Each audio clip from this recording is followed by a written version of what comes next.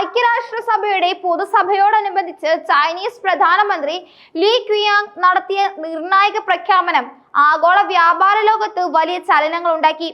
നിലവിലുള്ളതോ ഭാവിയിലുള്ളതോ ആയ ലോക വ്യാപാര സംഘടനകളുടെ ചർച്ചകളിൽ ചൈന ഇനി പ്രത്യേകവും വ്യത്യസ്തവുമായ പരിഗണന തേടില്ല എന്നതായിരുന്നു ആ സുപ്രധാന പ്രസ്താവന.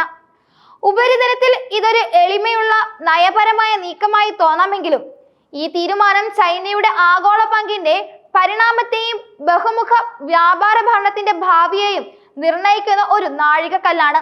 ലോകത്തിലെ രണ്ടാമത്തെ വലിയ സമ്പദ് വ്യവസ്ഥയും മുൻനിര കയറ്റുമതിക്കാരുമായ ചൈനയുടെ അന്താരാഷ്ട്ര ഉത്തരവാദിത്തത്തിന്റെ ഒരു പുതിയ യുഗത്തിലേക്കുള്ള കാൽവെപ്പായാണ് ഈ നീക്കം വിലയിരുത്തപ്പെടുന്നത്.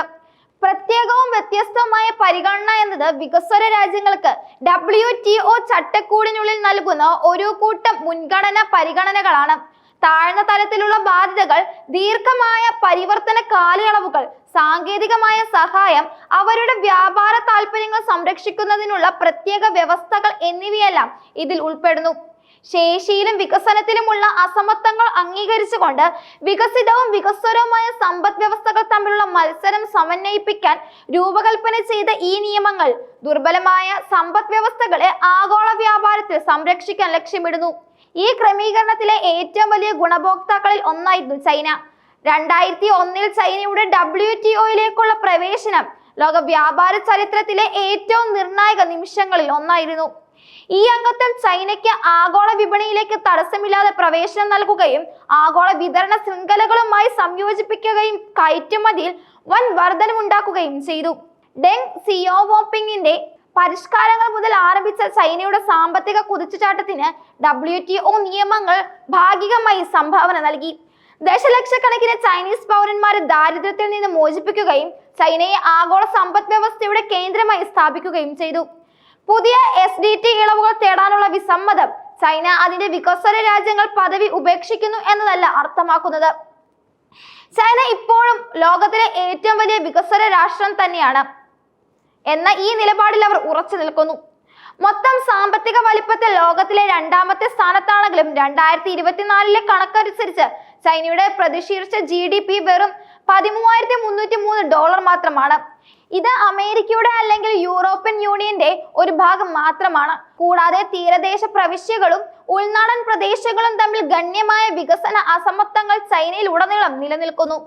സോഷ്യലിസത്തിന്റെ പ്രാഥമിക ഘട്ടത്തിൽ എന്ന സങ്കല്പത്തിൽ ചൈന ഇപ്പോഴും സ്വയം നിലകൊള്ളുന്നു. വികസിത സമ്പദ് വ്യവസ്ഥകളുമായി താല്പര്യപ്പെടുത്തുമ്പോൾ അതിന്റെ സാങ്കേതിക അടിത്തറ, ക്ഷേമ സംവിധാനങ്ങൾ, വ്യാവസായിക ഘടന എന്നിവ അസമമായി തുടരുന്നുവെന്ന് ഇത് സൂചിപ്പിക്കുന്നു. വികസ്വര രാജ്യ പദവിയിൽ ഉറച്ചു നിൽക്കുന്നത് ആഗോള ദക്ഷിണേന്ത്യയുമായുള്ള അതിന്റെ ബന്ധം ശക്തിപ്പെടുത്തുകയും വ്യാപാര ചർച്ചകളിൽ പൂർണ്ണമായ വികസിത രാജ്യം ഉത്തരവാദിത്തങ്ങൾ ഏറ്റെടുക്കാനുള്ള പാശ്ചാത്യ രാജ്യങ്ങളുടെ സമ്മർദ്ദം ഒഴിവാക്കുകയും ചെയ്യുന്നു. ഈ നിർണായക ഘട്ടത്തിൽ അധിക SDT ആനുകൂല്യങ്ങൾ ഉപേക്ഷിക്കാനുള്ള ചൈനയുടെ തീരുമാനം 3 പാളികകളുള്ള നയതന്ത്ര ലക്ഷ്യത്തിൽ നയിക്കുന്നു. പ്രിവിലേജുകൾ ഉപേക്ഷിക്കുന്നതിലൂടെ ചൈന അതിന്റെ സാമ്പത്തിക ശക്തിയിലും ആത്മവിശ്വാസത്തിലും ഊന്നൽ നൽകുന്നു. ആഗോള വ്യാപാര നിയമങ്ങളിൽ നിന്ന് പ്രയോജനം നേടുന്നതിന് പകരം അവയെ രൂപപ്പെടുത്താനുള്ള കഴിവിലാണ് അവർക്ക് ഇപ്പോൾ വിശ്വാസം. അത് അന്താരാഷ്ട്ര ക്രമത്തിൽ ഉത്തരവാദിത്തമുള്ള ഒരു പങ്കാളിയുടെ പ്രതിച്ഛായ തന്നെ ഉയർത്തിക്കാട്ടുന്നു. അധിക പ്രത്യേക പരിഗണന സ്വമേധയെ ഉപേക്ഷിക്കുന്നത് ഇടുങ്ങിയ ദേശീയ നേട്ടത്തിന് മുകളിൽ ചൈന സ്വയം ഉയരുന്നു എന്നതാണ് കാണിക്കുന്നത്. ഇത് വികസ്വര രാജ്യങ്ങളുമായുള്ള ഐക്യദാർഢ്യത്തിന്റെ ഒരു പ്രവൃത്തിയായി അവതരിപ്പിക്കപ്പെടുന്നു. വളർന്നു വരുന്ന സമ്പദ് വ്യവസ്ഥകളുടെ ശബ്ദങ്ങൾ ശക്തിപ്പെടുത്തുന്ന കൂടുതൽ ഉൾക്കൊള്ളുന്നതുമായ ഒരു അന്താരാഷ്ട്ര ക്രമത്തിനായുള്ള പ്രയത്നങ്ങൾക്ക് നേതൃത്വം നൽകാനും ചൈന ലക്ഷ്യമിടുന്നു. ഈ നീക്കം അമേരിക്കയ്ക്കും യൂറോപ്യൻ യൂണിയനുമുള്ള ഒരു അനുരഞ്ജന സൂചനയാണ്. നിലവിലുള്ള ബഹുമുഖ ചട്ടക്കൂടിനുള്ളിൽ വിട്ടുവീഴ്ച ചെയ്യുന്നതും പ്രവർത്തിക്കാനും ചൈന തയ്യാറാണ് എന്ന് ഇത് സൂചിപ്പിക്കുന്നു. ഒരു സഹകരണ നടന്റെ പങ്ക് വഹിക്കുന്നതിലൂടെ ചൈന അമേരിക്ക വ്യാപാര ചർച്ചകളിലെ പിരിമുറുക്കങ്ങൾ ലഘൂകരിക്കാനും ഏറ്റുമുട്ടലുകൾ അനിവാര്യമല്ലെന്ന് തെളിയിക്കാനും ചൈന ലക്ഷ്യമിടുന്നു. വർദ്ധിച്ചു വരുന്ന സംരക്ഷണവാദം WTOയെ സമ്മർദ്ദത്തിലാക്കുന്ന ഒരു കാലഘട്ടത്തിലേക്കാണ് ചൈനയുടെ ഈ പ്രഖ്യാപനം. ബഹുരാഷ്ട്രീയവാദം സംരക്ഷിക്കുന്നതിനും വിഘടനത്തെ ചെറുക്കുന്നതിനും പ്രതിജ്ഞാബദ്ധമായ ഒരു സ്ഥിരത ശക്തിയാണ് തങ്ങളെന്ന ചൈനയുടെ വാദത്തെ ഈ നീക്കം ശക്തിപ്പെടുത്തുന്നത്. ഈ തീരുമാനം WTO director general Ngozi Okonjo Iweala പരിഷ്കരണത്തിലേക്കുള്ള ഒരു പോസിറ്റീവ് ചുവടുവെപ്പായി സ്വാഗതം ചെയ്തിട്ടുണ്ട്. ഈ തീരുമാനം ചൈനയുടെ വിശാലമായ തന്ത്രങ്ങളായ global development initiative, global governance initiative എന്നിവയുമായി പൊരുത്തപ്പെടുന്നു. വികസനം, ഉൾക്കൊള്ളൽ, പ്രായോഗിക സഹകരണം എന്നിവയ്ക്ക് മുൻതൂക്കം നൽകുന്ന രീതിയിൽ അന്താരാഷ്ട്ര സഹകരണം പുനഃക്രമീകരിക്കാനാണ് ഈ പദ്ധതികൾ ലക്ഷ്യമിടുന്നത്.